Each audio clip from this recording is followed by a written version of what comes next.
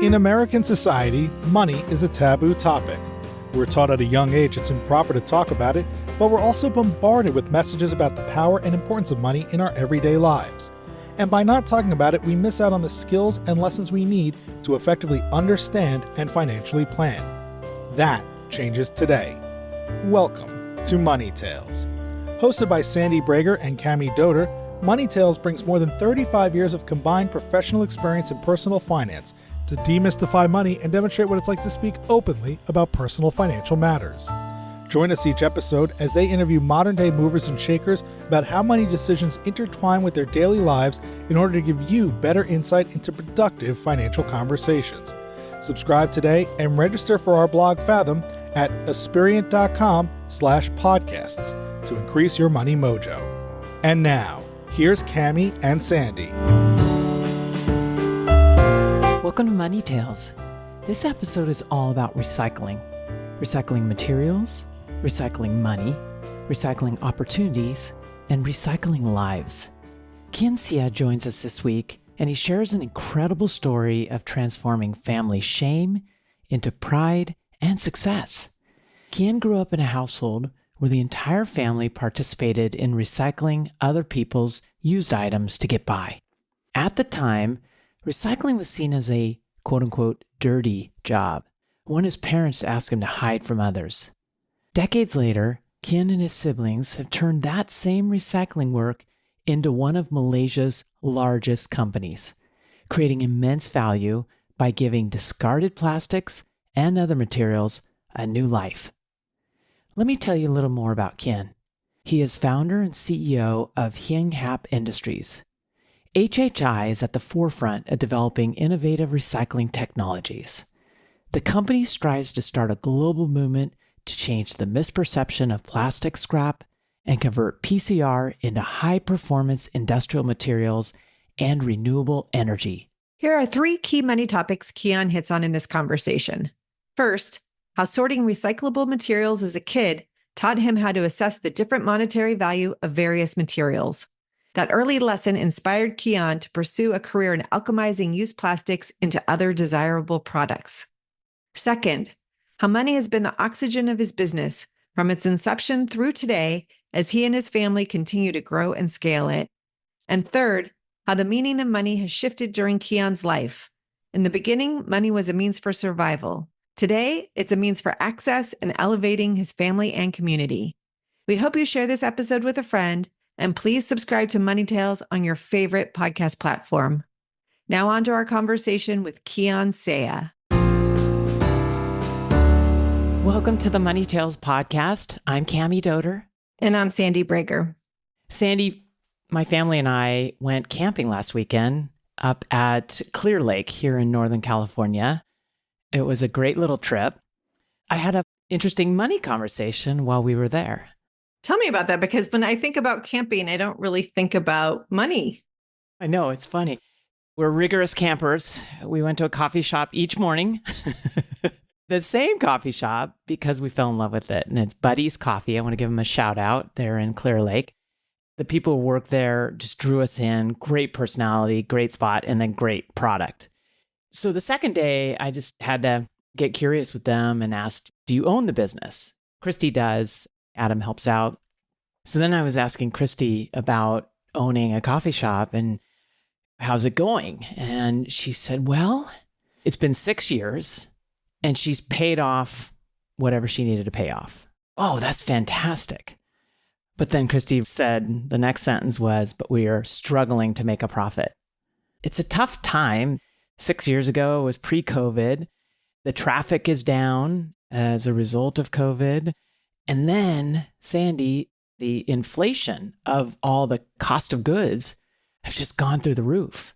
Oh, I know. The price of coffee beans is out of this world. Out of this world, everything. They sell food, and it just got me thinking about how hard it is for these passionate entrepreneurs, in this case, a coffee business, to be successful. And I'm over here just cheering them on. I want to see success because they really had something special. Kimmy, are they going to continue with the business? That's the intention. They do a great job. They have great signage. And we didn't talk about what they're going to do to get more revenue or get to that profitability point. She seemed super smart, so I think she'll figure it out. Well, I'm sure the Money Tales plug will help. I hope so. Good luck to Buddy's Coffee. Well, it's my pleasure to pivot to our guest today, Kian Seah. It is fantastic to be talking with you on the Money Tales podcast. Hello, everyone. Thank you for having me here, Kemi. And Sandy, of course. Kian, would you introduce yourself and share a couple pivotal moments that have taken place in your life that impacted who you are today? The most important part of my story, if you will, is that my father started his own business being a scrap collector from household to household. During school holiday, I would basically follow him going from household to household collecting recyclables. There was one particular moment whereby he was actually humiliated in front of us, that someone was actually saying to him that, hey, Mr. Seah, you are already a truck driver and recycler.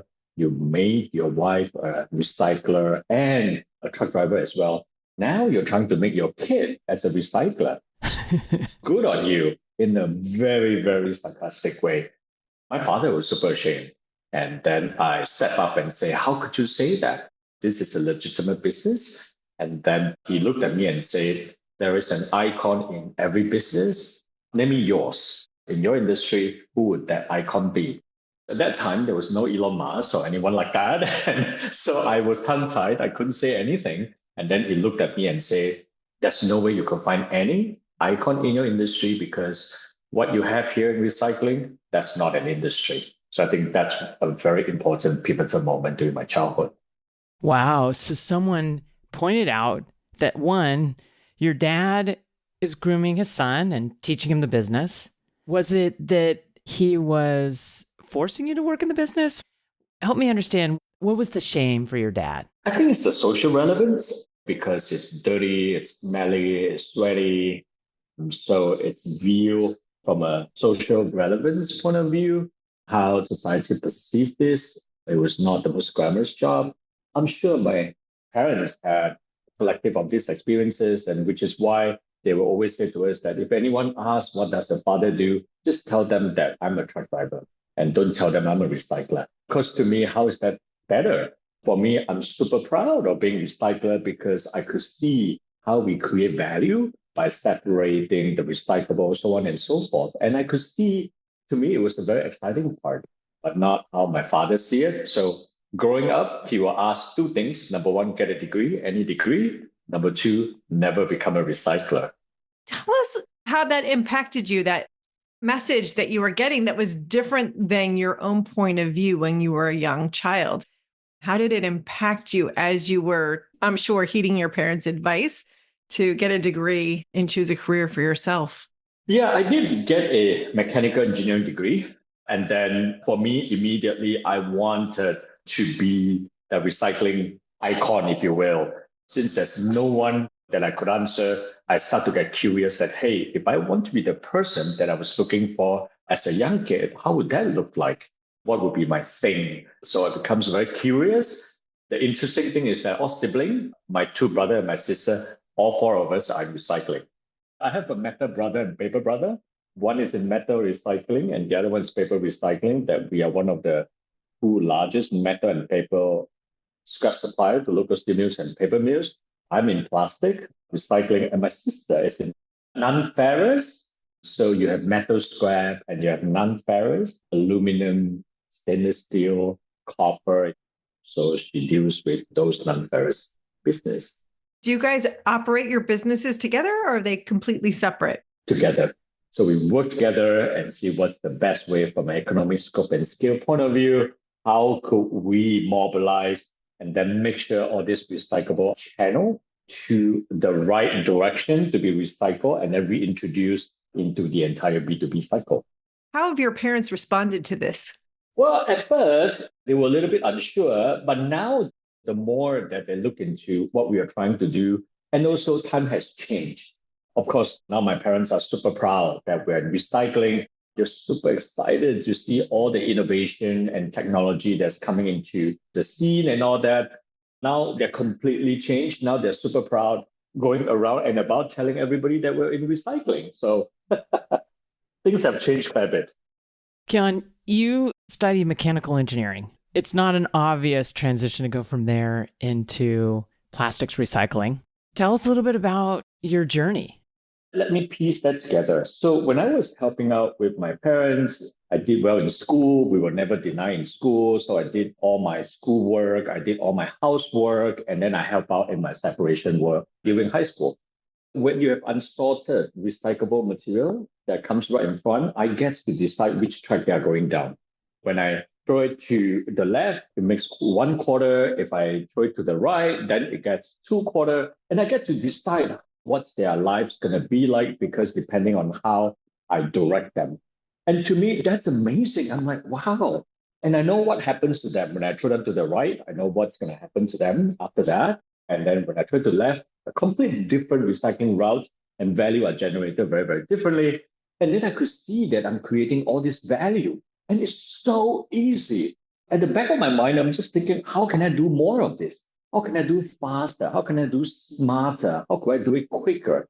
So when I went for my engineering degree at OU, Oklahoma Norman, my first class, Introduction to Engineering class, the professor says something like this, that God has hidden a lot of treasure in nature. And it is up to us to manipulate nature to harvest that gift. To summarize in one word, engineering. And to me, that was it.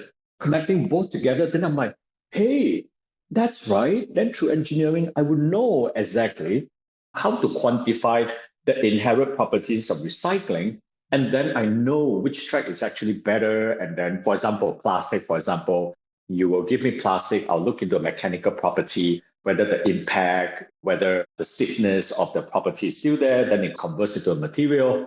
I also look into the calorific value. How much calories are there, and can I convert that into electricity and energy? And then I also look at it from a chemical point of view, that can I create petrochemical gases from there? So plastic becomes a very important feedstock, and engineering will teach me all of that. And I was completely blown away. This is so fascinating. It all started by sorting through recycling materials and making money decisions based on how you were sorting. I always look at the material that we are creating and the fact that they are able to convert from something that people view as plastic pollution that nobody wants as a culprit pollution into product that people are actually looking for that. And we are supplying to global leaders in making toys, electric car audio, and all this exciting product. And I always think that I'm super proud of that. Super thankful that we get a chance to do that, to give plastic a second chance. But when I reflect on it, it's always the other way, that it has actually given me a second chance that I never thought about. So back then, when I was a kid, separating recyclables and all that, I never thought about having a chance to speak to both of you, Tammy and Sandy, and to talk about this journey. And it is plastic recycling that gives us that opportunity. Kian, do you think about money when you were getting into this business? Like my coffee shop owners, did you pencil it out? All the time, even until now, all the time, I think about money, simply because for us to create value from plastic and all that, Malaysia, as you know, is a developing country. Government try to help. Indirectly, there's some R&D grant, commercialization grant, some saving on interest. But if you're talking about supporting the business in a big way, not so much. So we really have to create every dime, every dollar, every quarter, and it's all about money. So that's viewed as the oxygen of the business. So yeah, it's at the very center stage. Money is such a big part of the business and understanding and designing how the business works. What were the money conversations like with your siblings when you all decided to go into business together and focus on different areas of recycling? The first questions that we will ask ourselves would be, is there money to be made in this business? Can you smell the money? Is there a track that you can follow the money, that you can start the business, and then you can grow the business and you can scale, simply because that's enough money along the pathway? At the very beginning, correct, it's all about money.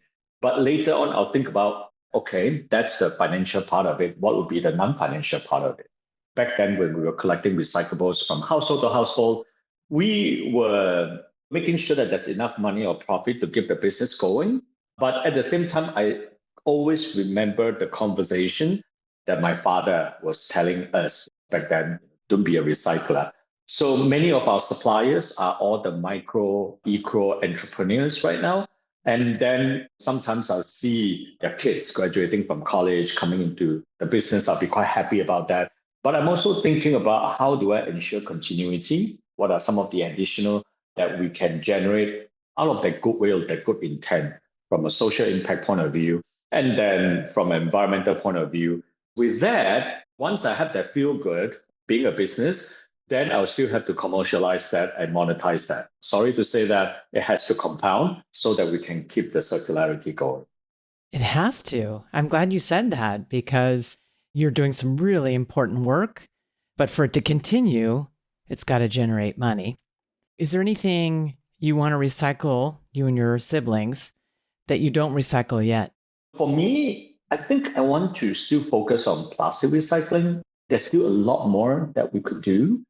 I believe we can recycle a lot more. Plastic has a lot of advantages, and these advantages we all know. But there's one powerful thing about plastic that a lot of people do not know about. It's that when plastic changes its form and shape, it valorizes, it creates money, to put it simply. When from crude oil, it becomes the plastic resin material, it creates value, it creates money, and then it's made into a product, it creates value.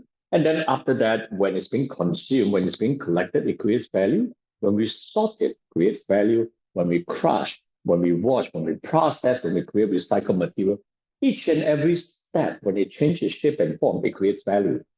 And this cycle of what we call mechanical recycling can actually recycle, rule of thumb, about 7 times, depending on the condition. So it could be first a bottle cap, and then the second life will probably be a tray. The third life could actually be a chair. The fourth life could be a pallet, and then a bucket, so on and so forth. And up to the 7th life, the molecular structure collapses. You cannot recycle that into product anymore. Then you go through one of the other things that we do in chemical recycling here at HHI is that we convert this plastic scrap into naphtha. Naphtha is the raw material to make into new resin again. When we make into naphtha, it creates into resin again. So it's 7 cycle of the material recycling plus 1 cycle of the chemical recycling. Cammy and Sandy, the 7 plus 1 cycle can technically happen forever. That's what I dedicate my life, or in fact, if I had control over my next 3 lives, I dedicate myself for that, to create that circularity. Right now, we are saying that there's too much plastic that's polluting the environment.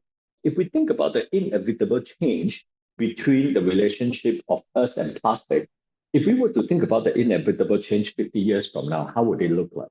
There are only 2 outcomes. One outcome is what we call plastic-free society, that as the entire earth come together and say, we're going to quit plastic, just going to stop using that. The other outcome is a plastic-neutral society. So whatever we collect, we can use it. There's no problem. I mean, you can use it depending on country. Malaysia, we use 78 kilograms. So that's approximately 180 pounds per year. And you just have to make sure you recycle that 180 pounds per year. And you have the full circularity. And then each and every step, when plastic changes the form and shape, value is generated, money is made for the society. And to us, that is the likely outcome. And for us, everything that we do, we work towards that. And then to enable that plastic to change its form and shape within a controlled life cycle that everybody comes together to do it. And every step of the way, it creates money for the society while cleaning up the world. Yeah, it's so exciting to hear you talk about this. And as you talk about plastic, it's almost as if you could be talking about money and money making its way through the economy and how it gets recycled and made into lots of different things. As you have grown up from the young boy that you were to an enterprising family entrepreneur, how has your relationship with money changed in your personal life? I think it changed quite a fair bit. At the very beginning was survival, surviving the business, surviving our identity, protecting our self-worth and all that. But very soon, the meaning starts to change or shift. Money means access. What kind of opportunity are we able to access? Who are we able to do business with? And that access starts to change. And then also at the same time, money also helps us to actually channel our direction to basically elevate the entire ecosystem, if you will. How do we help our supplier so that they don't feel so alone? They don't feel like they're running a one-man show, kind of like the coffee shop that you meant about. When my father started, it was one-man show. It was very vulnerable to be in that one-man show business. And then we try to bring everybody together that, hey, we belong to the same tribe, and then let's do this and do this well together, and then give it the right narrative. And I think that also means hope. When we were a kid, my father talked about education because to him, that was the only way out of poverty. But now when we look back, besides education, which he's 100% right, recycling is another.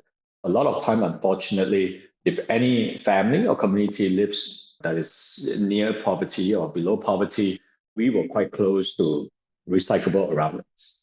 And if we do everything right with the access to these recyclables, it creates a second option to get out of that poverty when we first started out.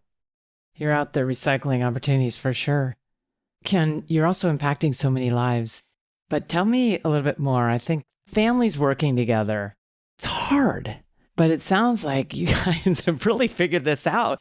Everybody's got their lane. They're recyclable. You can share knowledge with each other. Describe more about how you guys work together as a family and communicate around the money decisions you have to make that impact one another's businesses. I think we keep it together and we keep it separate.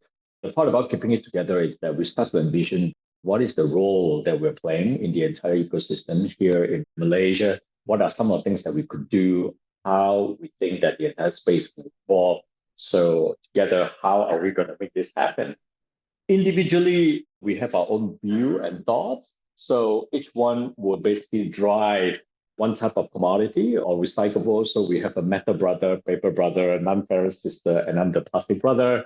So we collectively sit down together and think about what's the business direction we're going to do. But the one who drives the commodity or that particular segment of the business has the ultimate veto power and say regarding that. And then we just have to respect that. That's the business decision. And of course, all of us spend our personal money or investment differently. So that's on personal side. You get to do whatever that you want to do. Keeping it together and keeping it separate is very important. And working together, one of the things is that we travel as a family a lot. We travel at least once a year or at least twice a year. So this is the time that I call mending the pot, if you will, because in business, we challenge each other. And of course, there'll be cracks. But during holiday, that's the time that we go extra mile. It's time to remind each other that we're still family. So it sounds like you've done a good job of putting boundaries in place, and that vacation time is time for personal relationships, not for talking about business. Definitely. So Kian, it sounds like when your father asked you that question as a child, who's the icon of the recycling business, that really set you up for a personal challenge. And I'm curious, do you feel like the business that you and your siblings have created have allowed you to achieve that iconic role that you were envisioning as a young person? The answer is yes and no. The yes is that we make sure our story are being shared so everyone know about us. So the yes part is that rather than an icon, they won't feel that they are alone in this. So there's someone, Kian has been through what we've been through. And of course, if they want an ultimate figure, we have Elon Musk right now that's doing that for the whole world. That's a cool icon right there. When I say no is that when I was a kid, I was looking at that as an endpoint. When I'm in this journey, I realized that it's a process. It will never end. That relationship will always keep me going and going. It will never end. And I think having the privilege to be part of that journey and to be in that process, I think that's more important now that I reflect on the whole thing. As you look out into the future and you think about money as a resource. What do you want to do with your money to play into the legacy that you're building in this recycling business? I don't think I'm actually at peak yet. Still a way to go. For me, first, I looked at myself. What can I do to enrich my life? What are the things that I could still do? And I think, how could that create possibility that has never been seen? One of the most important things I always say is that I don't believe in plastic pollution. I believe that we don't have a plastic pollution problem, but rather we have a plastic ignorance problem, that we do not understand enough about plastic. And then we didn't realize that there are so many ways or the technologies are already there to recycle and upcycle all this to a greater value. And then the more important thing is for all the stakeholders to come together to juggle this. Remember, I was saying how we are going to create plastic so that it gets made, it gets consumed, it gets recycled again, that we call circular economy, how the stakeholders come together to make sure we can do that. If I want to do that, I want to create perhaps a solution, a platform, if you will, to attract like-minded stakeholders to come in and to enable the juggling so that it gets us closer to that circularity. And personally, I think, although I say the inevitable change is 50 years, I really would love to see that sooner rather than later. I will spend my time, my resources, my money, and then continue to talk to like-minded people to enable that circularity. And I really think that that's the most sustainable way of making products and consuming products. And I think it could be done. Like money, the more we talk about it, the more we talk about plastics, the better we understand the opportunities, the challenges. Absolutely. Plastic neutral. Yes, plastic neutral. There you go. All that will come together. And you see that. It's just like talking about money. When we do things right, that will be rewarded with money. And then also it will compound. And then it will showcase that we are doing something right, especially when it's happening in a sustainable way. So I believe that we are living in the most beautiful planet in the entire cosmos. So I really think that we will be able to preserve this. I'm positive. So glad you're out there doing the work you're doing. Tell us, what is your next money conversation going to be and who is it going to be with? It's going to be with myself. In the past, I look at money as an instrument. I need that to run the business, and it's an instrument. After having this conversation, it helped me to actually re-look into that. Money is finite and infinite at the same time. And then what would be my relationship to that? And then linking back to your last questions, how are you going to spend that for, let's say, the last quarter of your life and all that? I think this is a good reflective question for me to think about. So it will be a three-way conversation between me and how I reflect on money and time, but not as an instrument, but as a relationship. And how are we going to work together in order to achieve that personal legacy that we talked about earlier? So I think it'll be fun. So that will be my weekend homework. Weekend, Kian, this sounds like an ongoing conversation, and I love the depth that you took it. Would you share with our listeners, where's the best place for them to find you? You can find me on LinkedIn if you would like to have further conversation. Company website as well. That's great. We will be sure to add that to the show notes. You are a cool icon. Thank you for joining us on Money Tales. Thank you for having me. Thanks for listening to the Money Tales podcast. If you've enjoyed this episode, share it with someone you think would benefit from listening. And leave us a review on your favorite podcasting platform. Your ratings and reviews help more people find our podcast. If you're inspired to gain clarity and peace of mind about financial matters, don't hesitate to reach out to our team at Aspiriant. Go to aspiriant.com/start a dialogue. Or you can email Sandy and me at podcasts@aspiriant.com. See you next time.